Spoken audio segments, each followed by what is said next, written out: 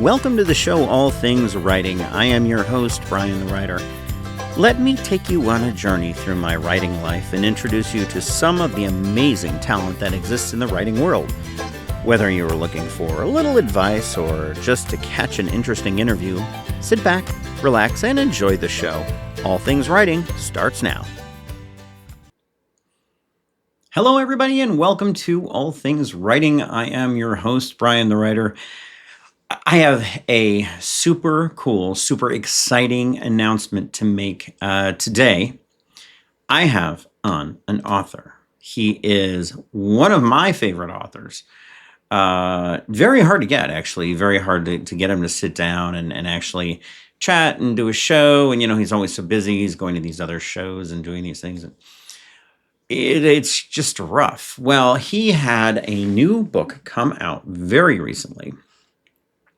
And I decided it might be kind of fun just to, last-ditch effort, reach out. I said, hey, would you be available for an interview? I've been a fan since 2013, I suppose. So that's, maybe longer than that. So it's entirely likely that, 20 years. I've been a fan of his for 20 years. I've read everything that he's written multiple times. And I don't really read things multiple times. So it's kind of cool to be able to get him on because I'm fanboying over here a little bit. So without any further ado, let me welcome to the show an author who needs no additional introduction. The author of the newly released novel, it's available for pre-order. The novel through Jumpmaster Press, Henrico House. Brian Nowak, welcome to the show. No, thank you so much for having me. I really appreciate you having me on the show and taking the time to interview me. It was not that big of a deal to come on the show. You're one of my favorite people. I love your work. And I know we're both big horror fans, so I appreciate it. Well, I'm really glad that you could make time for us and come on the show. But before we get started, why don't you tell us a little bit about yourself? I really want to know a little bit more about who Brian the Writer is. As you stated, I am Brian Nowak. I'm originally from a small, tiny little village south of Chicago called Stager, Illinois. I spent most of my life in Minnesota. From there, I moved to various locations, eventually finding myself here in Northern Virginia, which is where we've called home for quite some time. It's sort of a great place to be if you're going to work on writing horror, because there's lots of spooky places in Virginia. There's a lot of haunting around here, and it kind of lends itself well to that spooky atmosphere. So you've definitely had an interesting background. Let's talk a little bit about Henrico House now, because I know you're super excited to talk about it. It has such a strong haunted location premise. What first kind of inspired you the idea of this old Virginia mansion with so much darkness that was attached to it? Yeah, sure. That's a great question. I have always been fascinated with the paranormal ever since when I was a little guy. We spent time in my great aunt's house in Chicago many years ago. It was an apartment building, actually. I think it was owned by my grandparents. I was a little guy back then. Even then, I kind of got the impression the place was definitely haunted. So I found it fascinating. But as I grew up, I had a couple of paranormal experiences myself. And as a child growing up in the Midwest, we would drive a lot of places. And as we were driving down the road, you would see these old farmhouses. And the old farmhouses were boarded up for many years. Interesting enough, that kind of gives me the background for one of my other novels that I wrote. But I love this idea of a haunted house, spirits trapped in this place. Now, couple that with a little later on, I have gone to, a little name dropping here, I've gone several times to the Belgrove Plantation down in King George. Love that place. It's a great old building. Supposedly one of the most haunted places in Virginia. Uh, but the house itself is such a commanding presence on the landscape that it would be easy to see how a house like that could lend itself to the paranormal world, the paranormal realm. So I think Henrico House is really sort of the culmination of a lot of different things that has happened to me in my life as I've gone along. Well, that's fascinating, fascinating. Really, I mean, my mind's kind of blown. I already want to just stop what I'm doing and sit down and read the thing immediately. But before we get to that, let me ask you: this book, we're blending the paranormal investigation, the history, the family dynamics, and something kind of much older, much darker and sinister. I think you pulled out all the monsters for this one. I love it. This isn't just a straight up ghost story. How did you go about balancing those elements? Because they're the sort of different horror elements that you're bringing into it kind of all at once. Right. So there's a lot of different elements going on here. You've got kind of the family dynamic, you've got different dynamics. You've got the family dynamic between Miko and Helena. You've got the Lucy, the spirit in the house that they get introduced to. You've got these other things locked in there, these other souls sort of locked in there. Then you've got a little bit of this demonic element going in. I don't feel like they are mutually exclusive. I feel like they can easily be manifested from an evil that actually crawls into your mind and kind of takes up residency there, because that's what Henrico House is at its core.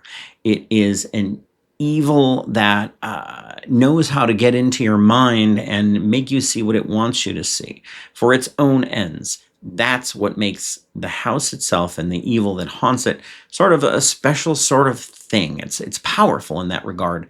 Um, so yeah, I don't necessarily see them as individual pieces. I see them as parts of a whole. Uh, but you're going to have to read all about it to find out. I'm telling you what, you're going to love the way it all comes together. I can guarantee it. Oh, that's cool. The thing I really love about it is brother and sister are inseparable. Brother and sister have this connection that goes beyond just being brother and sister. They are very much, they're twins. They're twins. They're connected. They're joined. They're partners. They're everything. They're business partners.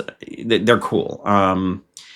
Helena and Miko, correct? Yeah, Helena and Miko Watson. They're twin paranormal investigators. And it gives that sibling dynamic. What made you want to build the novel around twins? Yeah, well, when I was in college, I was fascinated by the research done into twins, the idea of splitting twins up, nature versus nurture studies. How is it that some twins feel connected almost in this paranormal sort of way? Uh, that's what I find fascinating. Twins are powerful. Twins are extremely powerful because they are linked. What happens in the womb weaves them together, and because of that, I think the idea of twins sharing that connection sort of carries the day. Um, I didn't want it to be like a boyfriend, girlfriend, husband and wife paranormal investigation team. I think there's some interesting baggage there, in that, at the end of the day, would a boyfriend and girlfriend die for each other? I don't think so.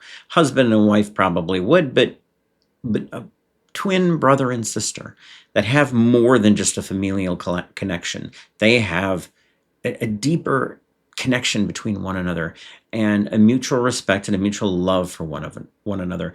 There's a feeling between the two that they exist because the other exists. And I think that's what drew me to the idea of having the Watson twins be these paranormal investigators. Plus, I kind of like the idea of a brother and sister paranormal team anyway. I think it's kind of a cool idea. But I see, I see. But the house itself actually plays a pretty central role in the storyline. The house itself, when you were developing Henrico House, did you think of the house, the structure itself, as more of a setting, a trap, a living presence, almost an actor, another actor in the play, if you will.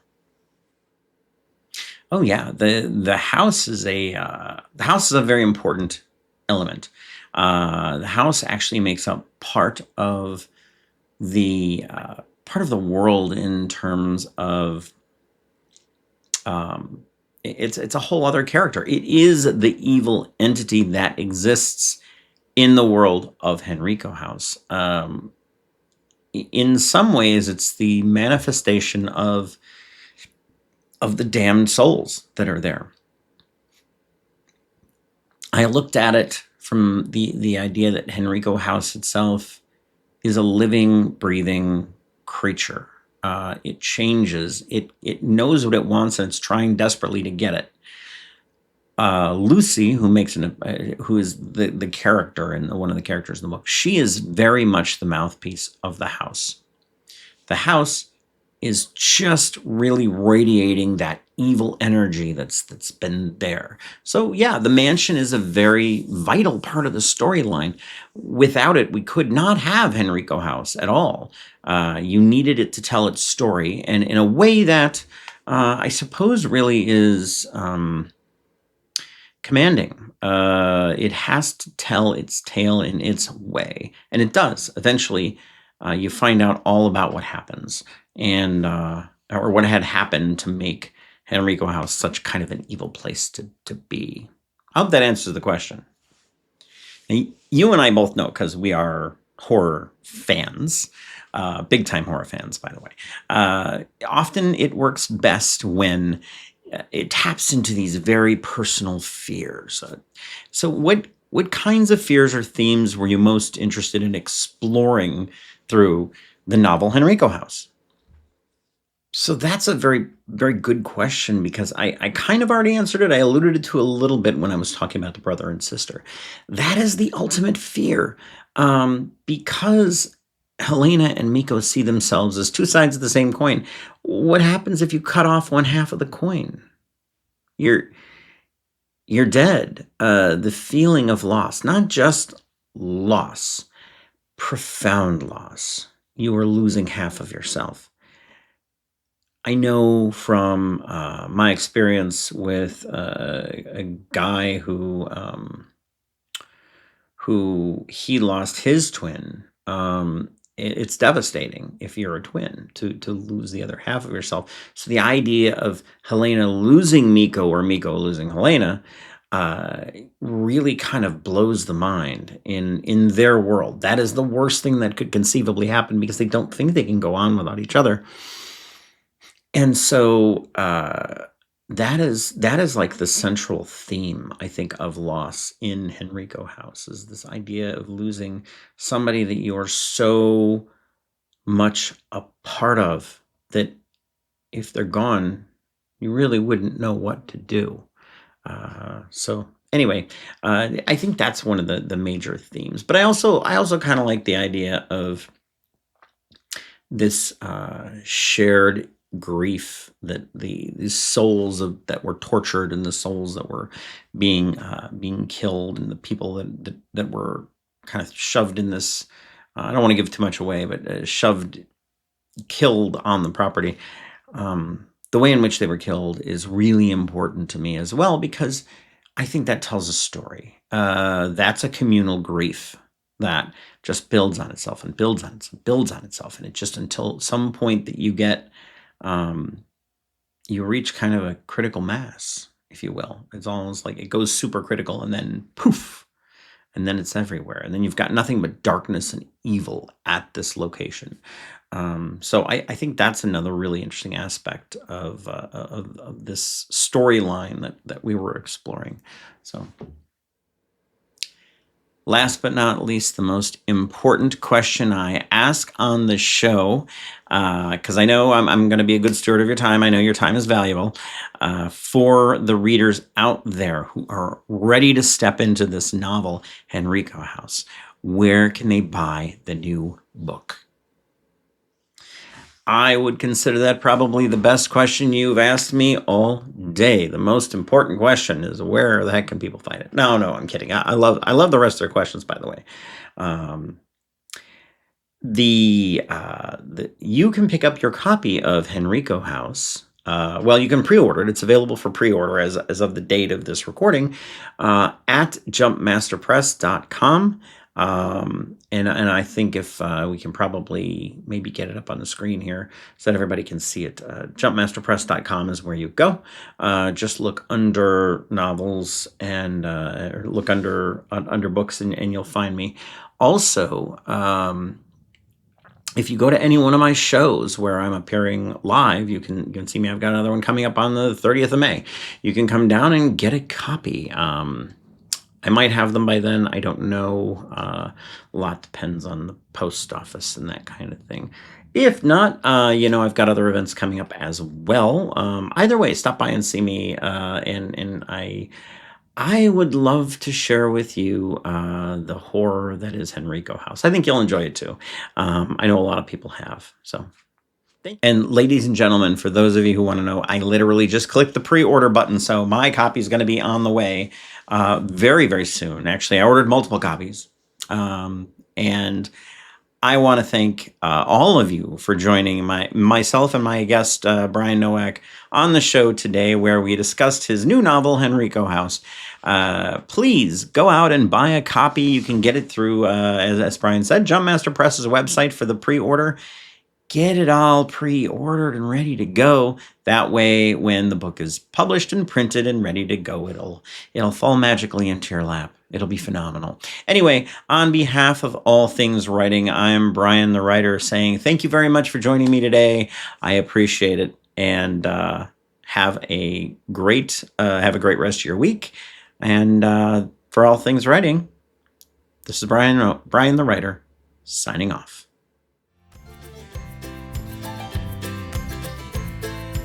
This has been another amazing episode of All Things Writing. If you heard something that got your wheels spinning, check out the links in the show notes. Also, please follow the show and remember to leave those reviews. Those simple acts of kindness mean the world to us. Hop on over to briannowak.com, and that is Brian with a Y, and check out my latest novels. I'm on Amazon or wherever you buy your ebooks. And as a reminder, the music you heard on the show today was used under license from the artist Ryan Ancona. Thanks for listening to the show and have a blessed day.